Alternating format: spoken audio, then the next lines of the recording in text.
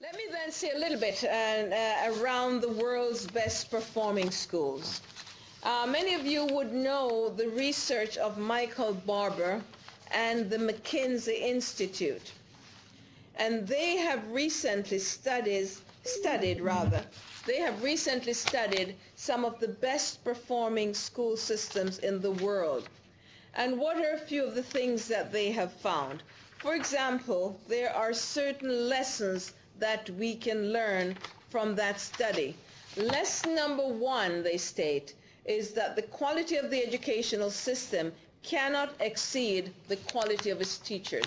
And you know that very well here in New South Wales, because I see that the whole issue of teacher quality really being pronounced in your plan. And you have really, you're ahead of the pack on that. The second lesson is that the only way to improve outcomes is to improve instruction. That is something you already know. The third lesson from the high-performing schools in the world, or school districts rather, high performance requires that every student succeed. In other words, you cannot leave especially the disadvantaged students behind, what I referred to as excellence and equity. And then the fourth lesson learned from this study is that great leadership at school level is a key enabling factor, the whole issue of leadership development. So I would encourage you to make sure that your schools are comparing themselves, first of all, in terms of benchmarking. There are different levels of benchmarking. First, against their own history. How did we do last year, 2 years ago, and so on. That's comparing against your own history. Then looking at other similar schools in your school districts, other similar schools in another system against the world. We had most of our schools comparing themselves against schools across the world.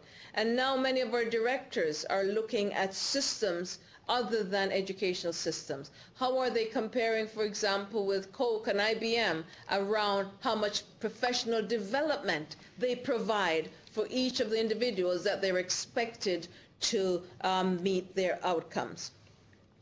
Let me try to wind things up a bit by making some concluding statements. The strategies then we have learned to improve the school system are these: target setting and making sure that supporting those targets are improvement plans with a high degree of specificity. You have set a target of 5 or 10%. How are you going to get there? Teacher capacity building, that's absolutely important. Then there must be a supportive infrastructure. Those who are there to support those schools in order to improve achievement. My slogan is, if they could have done it, they would have done it. So what supports are in place to help those low-performing schools? Then there has to be a focus on teaching methods, remembering the very consistent report that instruction is the best way of improving student outcomes. Leadership is second only to instruction, the research says. The fifth is community outreach and engagement, in which all parents are helped to help their children. Now, that doesn't mean that all parents are going to be able to help their children with math. You may know the work of Joyce Epstein. Joyce Epstein, who talks about levels of parent engagement. I use that work extensively with parents because we didn't want them to feel guilty. From a level 1 involvement, which meant parents were simply making sure their children were clothed and fed and ready to come to school and would have a place at home for them to study. That does not mean they have to have a high degree. I know of parents who were illiterate, that children did not know they were illiterate because every night they asked about the homework. Every night they made them sit to do the homework. They asked older brothers or sisters to help them.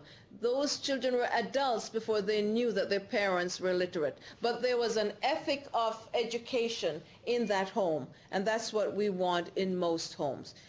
So that's at one level of parent engagement. To the highest level, by highest I don't mean in terms of hierarchy, to level 6, which is those parents who choose to work more in the political domain, in school councils, and so on.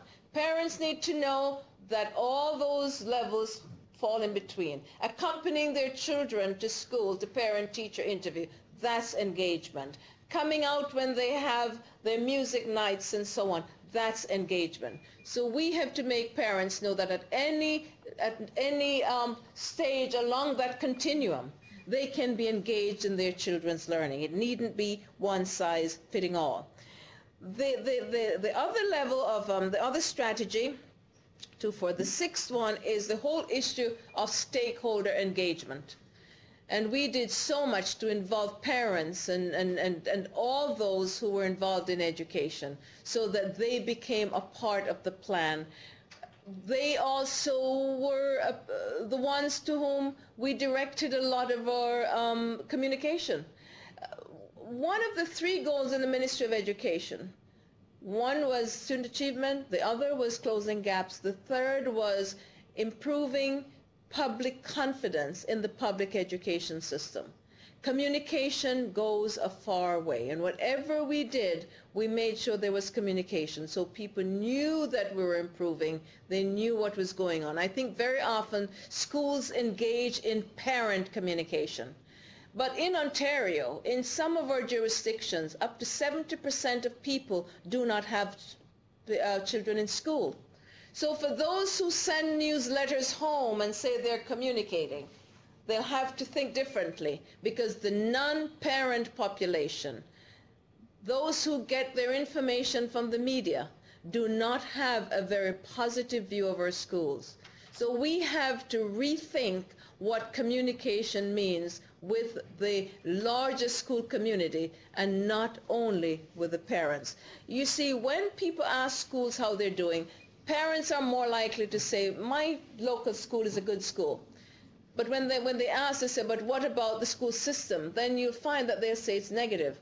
And it's because very often the non-parent population is not getting any positive news about our schools. And we have to take very seriously that whole issue of what does it take to improve public confidence in the public education system. And then the last strategy to improve is the turnaround strategy. For the schools that are just not improving, they need a very specific, targeted approach. In other words, it's no longer an option to do nothing. But for the good of the children, we must make sure that, that they are focused on achievement. You may ask, well, after 38 years in education, how have I maintained my own evangelical zeal around education?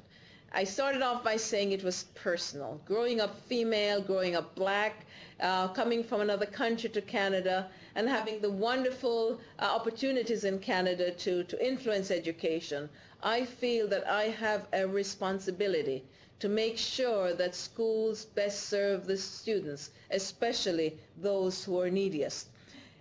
I am very passionate because I recognize the relationship between public education and the preservation of our democracy.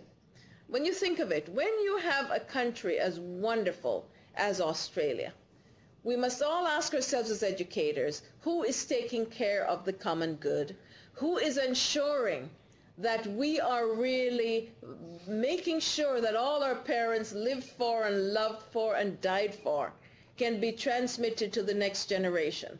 And I find that a robust public education system is absolutely the hallmark of democracy. And for that reason, as educators, I encourage you to continue to work hard to make sure that schools best serve the needs of our students for the good of those individuals, and also in order to sustain what we have in terms of a wonderful, wonderful society. Remembering at all times that education is the ultimate tool of empowerment. So thank you very much.